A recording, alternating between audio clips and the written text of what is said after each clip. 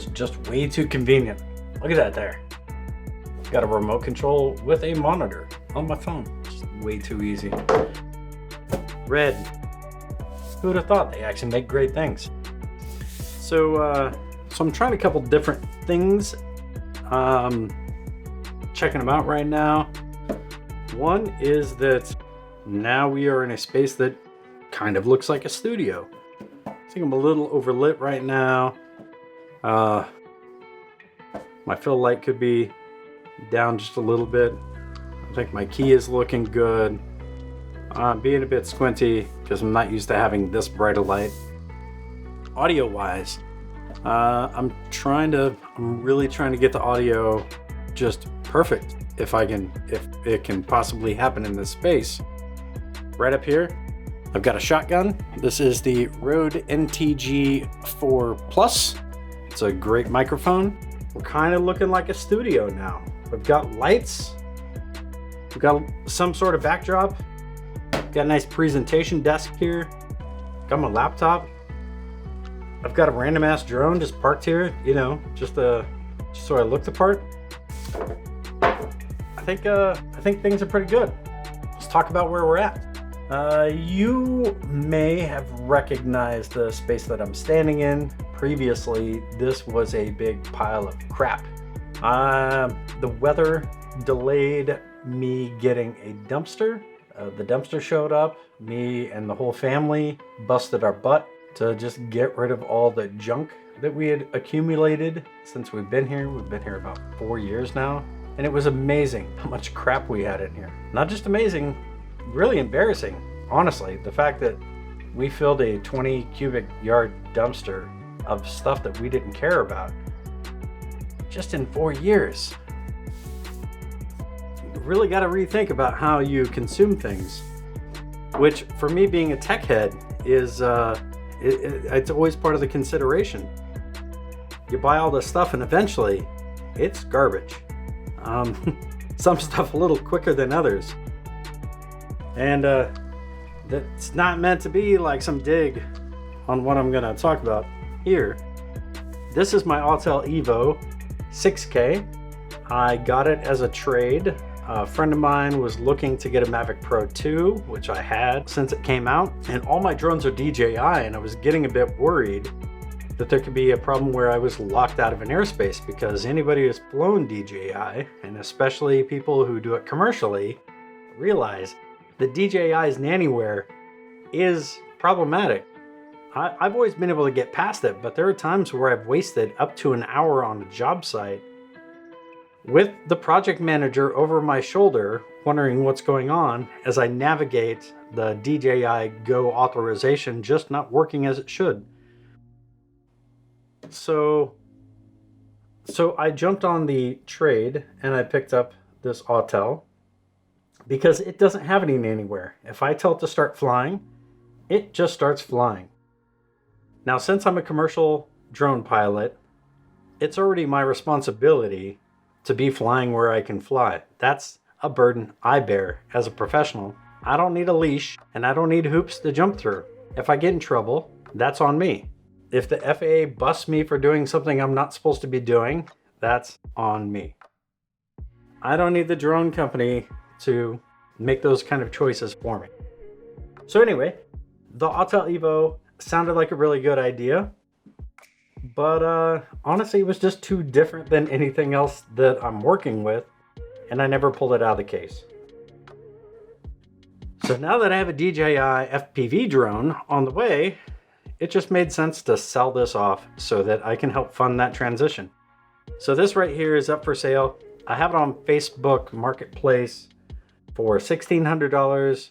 That number comes about, honestly, I don't really know what it's worth, but the number comes from what sold units similar to this went for on eBay recently. It has 4 batteries. Of course, it has props. It's got a tablet holder, an aftermarket tablet holder, has the charger, has this GPC case. They're all nice add-ons. This is pretty much everything that you need to get going out the gate and get into the air and shooting 6K video. You just need your own tablet or phone. So yeah, I feel like this is a QVC now. There's a home shopping, the drone home shopping network. I'm just gonna move this out of the way. We're gonna get back to the DJI FPV drone. Clearly, I did a very polarizing thing yesterday when I placed my order, and that's to buy one. Immediately, the internet was alight with differing opinions on it being an amazing, brand new piece of technology, and then other people saying that it's an absolute piece of crap that will break as soon as you fly it. And it was just interesting to see this play out, because we just have two different perspectives that are clashing. And one is that of the establishment, the FPV establishment, which is primarily people that have built their own drones, really bootstrappy people who know how to tune their own stuff, and they repair their stuff, and that's just a part of the whole process. You know, they go out, they send it, they crash it, they rebuild it. You know, these people love every single part of that. They love the flying, they love the thrills, they love that they are the ones using their hands to put these things back together. And that is great. I'm very excited for those people. They have a thing that they love. But I know that there is a bunch of people like myself, not really into the whole building part.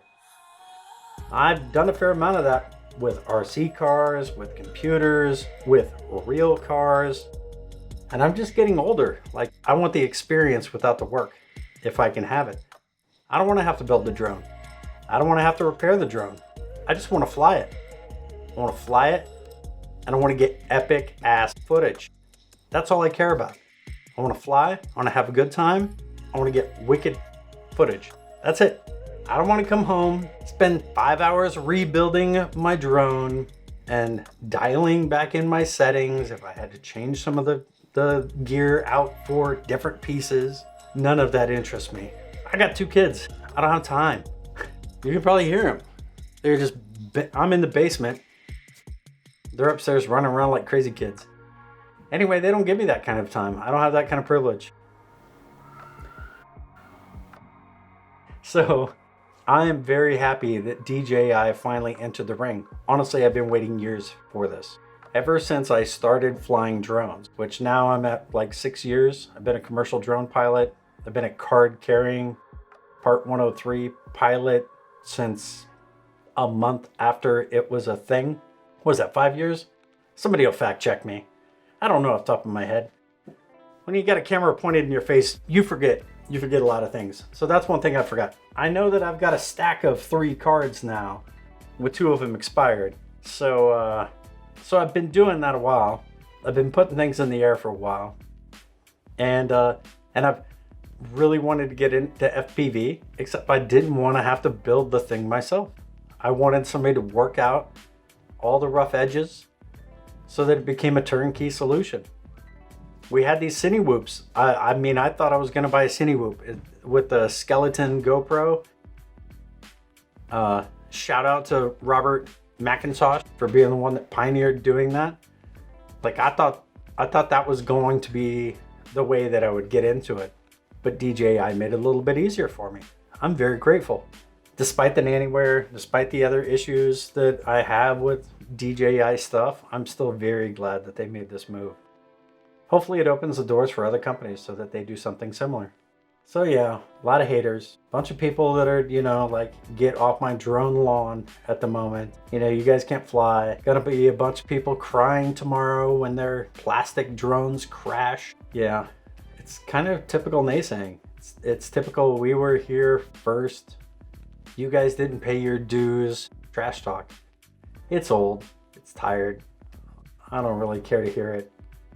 I really didn't even want to make this video, but I figured it'd be good just to air it out. Nobody else is really saying this other side. I think most of the new people know they're new and they're, you know, not talking a bunch of trash. So yeah, that bit of drone stuff aside, the studio. Let's talk a bit more about the studio. So there still really isn't much going on. Everything that's sitting here right now and that is turned on is really just so that I can test out how things look. Tomorrow morning, I'm picking up paint I'm bringing my painter down here and we are going to paint this entire space white. It'll probably be a couple days before I can move things back in. My camera bench and all my gear will then come over to this spot. I'll mask everything off again. I'll then paint the other side, and then I'll be able to start working on the wall treatments. This space in particular is very interesting to me because I want to be able to have a very modular backdrop. So I mean, this was just like a quick move so that I could do something with some sort of visual interest. Just these hanging lights. We got the 12-12 sign here. I should be able to get that done in the next couple days. I'm gonna change things around. I might actually make it bigger. I've got seamless paper. That's what these rolls are, right? Seamless backdrop paper. I have I think 20% gray, a white, and green. Those will actually hang in front of this curtain here. And so I will be able to drop that down and then shoot however I want. With the addition of these, I'm pretty sure these are popping in frame. I'll be able to paint the white and gray paper any color I want. Oh, look at this, I'm messing up. Turn on the other light. So between these two and the papers and being able to move it out of the way, I should be able to have at least 5 different backdrops that I can use at will. And I'm also thinking about building a shelf that starts at that level and just comes across here and then is just wood down the face so that it kind of looks like a fireplace, looks like a mantle, you know, and I can put just cool kid trophies across the top. Be pretty interesting. I don't know. I want a playground. That's what I'm looking for. Just want to have a place where I can goof off. And then also to have this place be modular.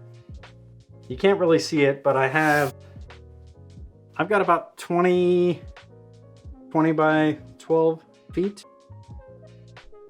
that's wide open. So if I need to get more depth of field, right? If I want to use a longer lens, I can move back into the space pretty easily.